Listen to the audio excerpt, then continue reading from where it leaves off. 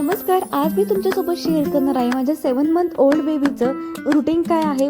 7 month old बेबीचे milestones काय असतात, त्याला मी दिवसभरामध्ये काय काय खाल्ले ते सगळं तुमच्यासोबत शेअर करणार आहे. तर व्हिडिओ नक्की शेवटपर्यंत पहा आणि व्हिडिओ आवडल्यास प्लीज लाईक, शेअर आणि कमेंट्स करायला विसरू नका. आणि त्याचबरोबर काही टिप्स देखील शेअर करणार आहे. तर व्हिडिओ सुरुवात करूयात. तर सकाळी बेबी शांतपणे असं झोपलेला असतो. त्याला जेव्हा वाटेल ना तेव्हा तो उठतो. त्याचा टाईम असा काही फिक्स नाही आहे, पण 7:30-8 वाजेपर्यंत तरी तो उठूनच जातो. जर मध्ये रात्रीचा कधी उठलेला असला, तो नंतर झोपलेला असेल तर लवकर नाही उठत. त्यानंतर उठल्यानं त्याचं असं हे खेळणं चालू असतं, किंवा मग जर त्याच्या बाजूला मी असेल तर केस धरून उठवणं मला चालू असतं. त्याचं केस सोडून तो उठवत असतो. किंवा मग कधी कधी मी काम करत असते, त्यामुळे तो अगदी शांत असा पडलेला असतो. आणि बाळ उठलं ना, माझे कितीही कामं असली ना, तर मी माझं काम टाकून बाळाकडे येत असते आणि थोडंफार अशी गुड मॉर्निंग आमची करत असतो. आणि रोज जेव्हा बाळ उठतं ना, तेव्हा good morning baby, good morning पिल्लू, जे काय आपण आपल्या बाळाला म्हणतो शोना बाबू पिल्लू, ते आपण म्हणायचं आणि थोडंफार प्रेमाने त्याच्यासोबत घ्यायचं.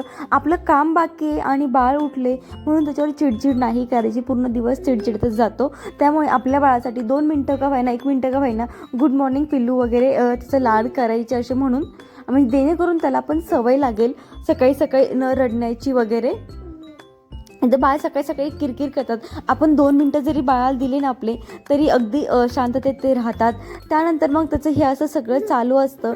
आणि इकडे ते अजून तो एवढा बसत नाही आहे. बसला ना थोडा वेळ तर पटकन खाली पडून जातो. 7 मंथ बेबीमध्ये हे असं बेबींचं असतं. काही बेबी प्रत्येकाचं माइलस्टोन वेगळे असतात. प्रत्येक बेबी हा वेगळा असतो. त्याच्यामुळे काही बेबी खूप लवकर बसतात, जसं मुली खूप लवकर बसायला वगैरे लागतात. म्हणजे जसं माझा बेबी आता बसतोय, पण थोड्या वेळ ना तो लगेच दुबुक्कनी पडून जाईन डोक्यावर वगैरे. म्हणून मला खूप जास्त लक्ष ठेवावं लागतं. तुमचा बेबी बसतोय का आता नीट, मला नक्की कमेंटद्वारे कळवा. आणि माझ्या बेबीचे वरचे आणि वरचा 1 दात आलेला आहे आणि खालचे 2 दात आलेले आहेत. वरचे 2 आले आहेत आणि अजून येत आहेत त्याचे दात. आय थिंक पुढच्या महिन्यामध्ये वगैरेपर्यंत येऊन जातील. त्यानंतर असं एवढा वेळ तो बसलाय, पहिल्यांदाच एवढा बसला होता. त्यानंतर थोडंसं बोर झालं म्हणून मी त्याला थोडं गॅलरीत वगैरे किंवा असं घेऊन फिरत असते घरामध्ये. आणि जे काही असेल ना बाळाचं फीडिंग वगैरे करणं, ते मी थोड्या वेळाने त्याला करून घेत असते. आणि नंतर थोड्या वेळाने जे काही त्याचं फूड वगैरे असेल ते मी त्याला देत असते. आणि बघा थोडीफार कुरकुर चालू असते कधी ना कधी. थोडंफार आता दातांची किरकिरी चालू आहे त्याची. त्यानंतर मग ब्रश वगैरे असेल. अगदी हे 5-10 मिनटामध्ये आमचं सगळं होत असतं. 10-15 मिनटामध्ये. टाईम असं फिक्स नाही आहे, पण लवकर आवरण्याचा प्रयत्न करत असतो. बाळाच्या मूडवरती डिपेंड असतं. तर बघा ही सगळी सिलिकॉनचं ब्रश आहे, त्याचे मी दात घासते. वरचे दात वगैरे जे आलेले आहेत ते दात सगळे घासून घेते. नाहीतर मग कधी आपण आपल्याकडे ब्रश नसेल तर ब्रश असं घेऊन या, किंवा मग हाताने आपण बाळांच्या दातांना हे करायचं. माझ्या बेबीला खूप लवकर दात आलेले आहेत. आणि त्यानंतर बेबीचा अगदी उठला, थोडंफार खेळला, डायपर वगैरे चेंज झालं, फीड वगैरे झालं ना, मी त्याला असं पुसून घेत असते एकदा कोमट पाण्याने. जे करून बघा आपल्याला पण डोळ्याला घाण वगैरे असं कसं चिडचिडेपणा होतो सकाळी. आपण पण जर फेसवॉश वगैरे केलं कसं फ्रेश वाटतं, तसं बेबीला पण थोडंसं पुसून घेतलं ना कोमट पाण्याने, त्यांना पण छान वाटतं, जेणेकरून फ्रेश वाटतं त्यांना पण. म्हणून मी असं पुसून वगैरे त्याला घेत असते कोमट पाण्याने. आत्ता मी हा व्हिडिओ रेकॉर्ड करते खूप दिवसानंतर. हा व्हिडिओ मी पाठीमागेच शूट करून ठेवला होता, जेव्हा बेबी 7 महिन्याचा होता तेव्हा थंडी वगैरे काही नव्हती. त्याच्यामुळे मी त्याला स्वेटर वगैरे असं काही घालत नव्हते. स्वेटर सॉक्सची वगैरे त्याला एवढी काही गरज लागत नव्हती. तर पाटे थोडीफार असेल तर तेव्हा घालत होते. तेव्हा कसं मध्येच हे होतं, वातावरण चेंज होत होतं. त्यानंतर त्याच्या पप्पांसोबत तो खेळत असतो. काही ना काहीतरी दोघांचं चालूच असतं खेळणं. अजून एवढं त्याला रांगायला वगैरे येत नाही. बाळ एवढा पोटावरती आला नाही. बाळ डायरेक्ट गुडघ्यावरती असा आलेला आहे थोडाफार. बघा जास्त तो पोटावरती थांबत नाही. टमी टाईम तो जास्त नाही घेत. डायरेक्ट असा पलटी होऊन जातो लगेच, नाही तर असा गुडघ्यावरती येतो. बरेचसे बाळ पोटावरतीच खूप दिवस रांगतात, पण याचं असं झालेलं नाही आहे. बघा त्यानंतर असं खेळणं वगैरे त्याचं चालू असतं सकाळी. आणि बाळासोबत सकाळी खेळलं ना, त्याचं आता असं झालं ना, थोडंफार त्याच्याकडे कोणी लक्ष दिलं ना, अगदी मोठ्याने तो ओरडायला लागतो. त्याच्यामुळे सगळं लक्ष त्याच्याकडे द्यायला पाहिजे असं त्याला वाटतं. त्यामुळे सगळं लक्ष त्याच्याकडे असतं. आणि आपण काय खेळतोय, आपण काय बोलतोय ना, हे त्याला असं कळायला लागलेलं आहे आता हळूहळू. प्रत्येक म्हणजे त्याला आपण जर त्याच्या आवाज द्यायला आम्ही पिल्लू, बाबू, शोना असं म्हणत असतो, त्याला लगेच कळतं की मला आवाज देत आहेत म्हणून. आणि त्यानंतर मग जर कधी शी वगैरे नसेल झाली त्याची, तशी पोटांची मसाज वगैरे मी करत असते, जेणेकरून त्याची शी होते. अगदी हलक्या हाताने करत असते, किंवा मग टमी रोल वगैरे फिरवत असते. आणि सकाळी सकाळी बाळाला जेवढा तो पोटावर राहील, जेवढा तो एकटा खेळेल ना, तर त्याला खेळू द्यायचं. फक्त आपलं लक्ष आपण त्याच्याकडे ठेवायचं. बघा कुठलीही वस्तू अशी जागेवर ठेवली ना, तर ती लगेच पाडणं हे ते त्याचं आता सध्या चालू झालेलं आहे. जेव्हा माझं बाळ अगदी छोटं होतं ना, तेव्हा मस्त होतं, अगदी एकाच जागेवर राहायचं. आता तेव्हा असं वाटायचं की बाळ कधी मोठं होईल, पण आता असं वाटतं की अरे बाळ किती लवकर मोठं झालं आहे आणि इकडे तिकडे हे पसरा, हे कर ते कर असं करायला लागलं आहे. आणि त्यानंतर मी त्याला इथे दिली आहे ॲपलची प्युरी. ती रेसिपी देखील मी तुमच्यासोबत शेअर करणार आहे. हो, मी माझ्या बाळाला अजून पण ॲपलची प्युरी वगैरे देते. तो डाळीचं पाणी वगैरे त्याने जास्त काही पिलं नाही, पण ॲपल वगैरे अशा बऱ्याचशा गोष्टी ज्या दिल्यात ना मी त्याला, त्या त्याने खाल्ल्या आहेत. जसं की तांदळाचं पाणी, डाळीचं पाणी त्याने एवढं नाही हे केलं, डाळीचं पाणी तर नाही खाल्लं त्याने, पण ॲपल वगैरे बऱ्याचशा गोष्टी मी त्याला ट्राय केल्या, त्या तुमच्यासोबत मी शेअर करणार आहे. इथे तो ॲपलची प्युरी आता पित आहे. आणि 7 मंथचं बेबी आहे आपला अजून पण जसं आपण 6 मंथमध्ये देत होतो ना, तेव्हा थोडंसं घट्ट, अगदी त्याच टाईपचं अगदी थोडंसं काहीतरी घट्ट आपल्याला करायचं असतं. खूप जास्त घट्ट आपल्याला द्यायचं नाही, कारण की बाळाची पचनक्रिया एवढी अजून मजबूत झालेली नाही आहे.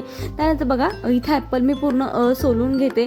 त्यानंतर ना हे सगळं जे काळपट असतं, थोडंसं ना इथे पिवळसर असं थोडंसं कडकसा भाग असतो, तो ना सगळा मी काढून टाकते, जेणेकरून जेव्हा आपण मिक्सरला जरी आपण प्युरी बनवली ना, तरी पण ते तसंच राहून जातं. त्याच्यामुळे ते अगोदरच कट करताना काढून द्यायचं.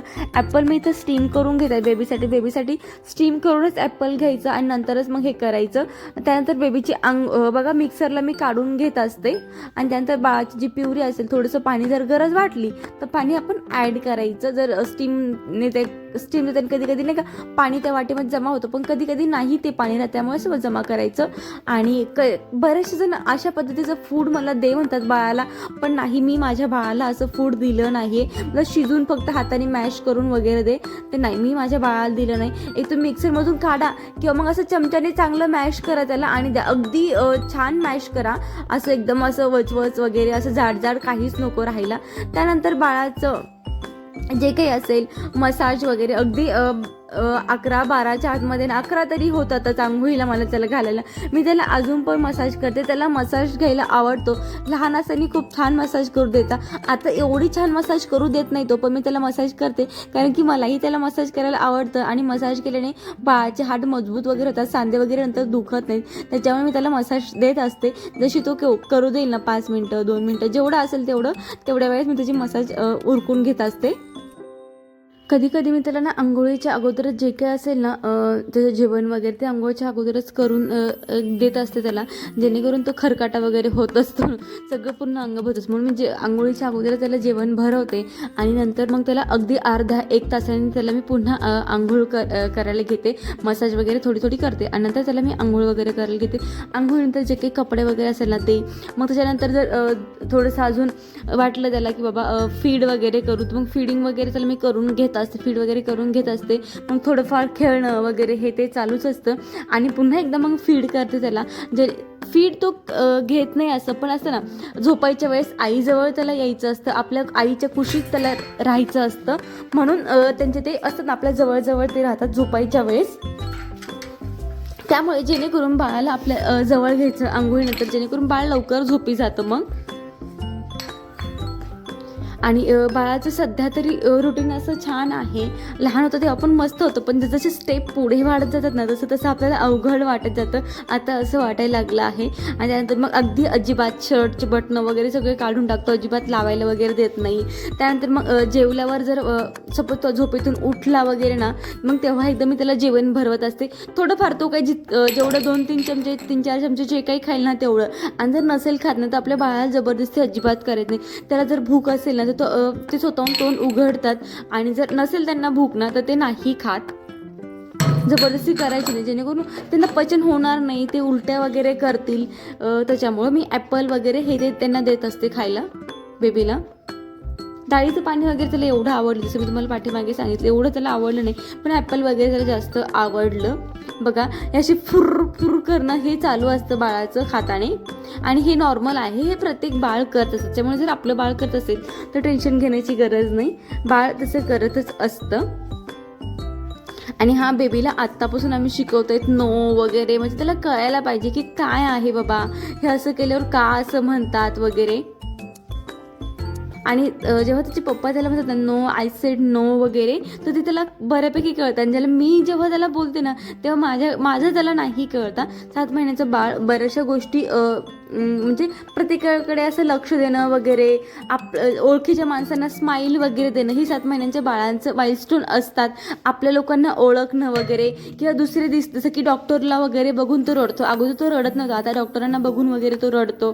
सपोज त्याला आम्ही जास्त बाहेर जात नाही, आम्ही जास्त घरातच असतो. त्याच्यामुळे जर आवरलं ना त्याला असं वाटतं की आता हे मला डॉक्टरकडेच घेऊन जातो. आणि तिथे घेऊन गेलो डॉक्टरकडे, बरोबर त्यांच्याकडे गेलं ना तो लगेच रडायला सुरुवात करतो. बघा असं बाबा मामा असं काही ना काहीतरी त्याचं चालू असतं दिवसभरामध्ये. नॅप तो पॉवर नॅप तशा असतात, कधी 10-15 मिनिटाचे असते, कधी अर्ध्या तासाचे असते. असे ते झोप घेत असतो हळूहळू. असे डोळे वगैरे त्याचं करणं त्याने चालू केले आहे. आणि बघा असं तो रांगत आहे सध्या तरी, खूप जास्त लांब नाही, पण तिथल्या तिथेच तो असा छान रांगत आहे. आता मागच्या महिन्यात तो रांगत नव्हता, आता तो छान असा रांगतोय. पाच असेल अशा पद्धतीने तो रांगत आहे. मग त्याला वाटलं की अजून आपण झोपावं वगैरे. व्हिडिओचं जरा एडिटिंग माझ्याकडून हे झालेलं आहे, कारण की खूप दिवसांचा व्हिडिओ आहे हा, काढून ठेवला मी, आत्ता अपलोड करत आहे, आता एडिट मी करून ठेवला आहे आणि वाईसवर आत्ताच करत आहे. त्याच्यामुळे त्याचं झोप वगैरे वाटलं त्याला तो झोपतो. जेव्हा त्याला वाटलं ना झोपावं तेव्हा तो झोपतो.